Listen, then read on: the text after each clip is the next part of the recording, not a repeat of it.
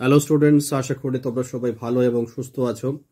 আজকের তোমাদের আমি একটি প্যারাগ্রাফ লেখাবো। সেই প্যারাগ্রাফটি হলো যে তোমাদের বাড়িতে যে পোষ্য থাকে, অনেকের বাড়িতে প্রিয় পশু বা প্রিয় কোনো পাখি থাকে, সেই পোষ্যকে নিয়েই হচ্ছে প্যারাগ্রাফ। এটা খুবই একটি ইম্পর্টেন্ট প্যারাগ্রাফ। একদম ছোট ছোট বাচ্চাদের থেকে শুরু করে ক্লাস 9-10 পর্যন্ত এই ধরনের প্যারাগ্রাফ কিন্তু পরীক্ষায় আসে।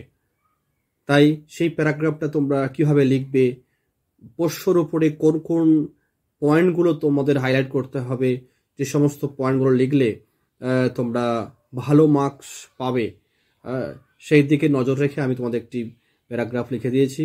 দেখো সেই প্যারাগ্রাফটা, এবং পারলে তোমরা খাতায় নোট করে নাও। দেখো কিভাবে লেখা শুরু করবে। দেখো টাইটেলটা লিখবে মাই পেট, মানে আমার পোষ্য। পোষ্য মানে তুমি যে অ্যানিমেল বা যে পাখিটা তুমি বাড়িতে পুষেছো, তার উপরে তোমাকে লিখতে হবে। দেখো এভাবে শুরু করবে, মেনি পিপল লাভ অ্যানিমেলস, অনেক মানুষ এই জীবজন্তুকে ভালোবাসে। So they keep animals at home, তাই তারা এই অ্যানিমেলসগুলোকে বাড়িতে রাখে। I am also an animal lover, আমিও একজন পশু প্রেমিক। I have a pet cat at home, আমার বাড়িতে আমার একটি পোষ্য বিড়াল আছে। The cat is an animal with soft fur, এই বিড়ালটি এমন একটি প্রাণী যার গায়ে কোমল লোম রয়েছে। Soft, SOFT, soft, fur, FUR, fur মানে লোম। He is very affectionate towards me, সেই বিড়ালটি আমার প্রতি ভীষণ আসক্ত। হোয়েন আই গো হোম, যখন আমি বাড়িতে যাই, হি ক্রলস অ্যারাউন্ড অন মাই বডি, সে আমার চারিদিকে ঘুরঘুর করে। হি ক্রলস অ্যারাউন্ড অন মাই বডি মানে আমার চারিপাশে শুধু ঘোরাঘুরি করে।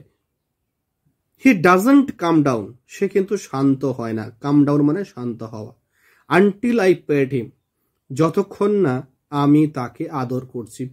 পেট মানে কিন্তু আদর করা।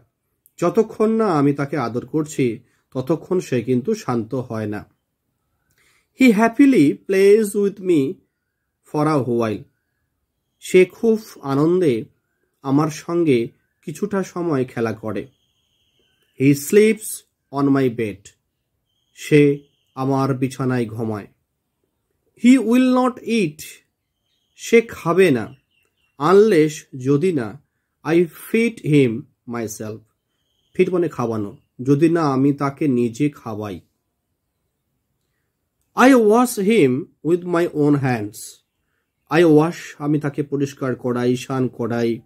উইথ মাই ওন হ্যান্ডস, আমি আমার নিজের হাত দিয়েই আমি তাকে পরিষ্কার পরিচ্ছন্ন রাখি। Rats can not come to my house, ইঁদুর আসতে পারে না আমার বাড়িতে। বিকজ অফ হিজ ফিয়ার, আমার পোষ্যের ভয়ে, অর্থাৎ সেই বিড়ালের ভয়ে আমার বাড়িতে ইঁদুর আসে না। He understands everything I say, he understand সে বুঝতে পারে, এভরিথিং সব কিছু, আই সে মানে এখানে হুইচটা উজ্জ্ব আছে। হুইচ মানে যেটা আমি বলি, মানে আমি যেটা বলি সে সব কিছু বুঝতে পারে। He runs around the house all day, he runs সে দৌড়দৌড়ি করে, অ্যারাউন্ড দ্য হাউস পুরো ঘরে, অল ডে সারাদিন ধরে।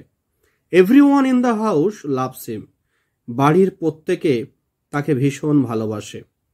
ভেরি মাচ অত্যন্ত। He has become a member of my family, সে আমার পরিবারের একজন সদস্য হয়ে উঠেছে।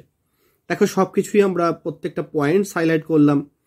হ্যাঁ, তার চারিত্রিক বৈশিষ্ট্য আলোচনা করলাম। এটা হচ্ছে rats can not come to my house because of the fear, মানে সে তাহলে আমাদের ঘরকে পাহারা দেয়, ঘরে ইঁদুর আসতে বাধা দেয়, এটা তার চারিত্রিক গুণ। এইভাবে আমি প্রত্যেকটা দিক, যেসব দিকগুলো উল্লেখ করলে একটা কমপ্লিট প্যারাগ্রাফ হবে অ্যাবাউট ইউর পেট, আমি সেই সব দিকগুলো হাইলাইট করে দিয়েছি। আশা করি তোমরা যদি এটাকে পরীক্ষা খাতায় লিখতে পারো তোমরা ম্যাক্সিমাম নাম্বার পাবে।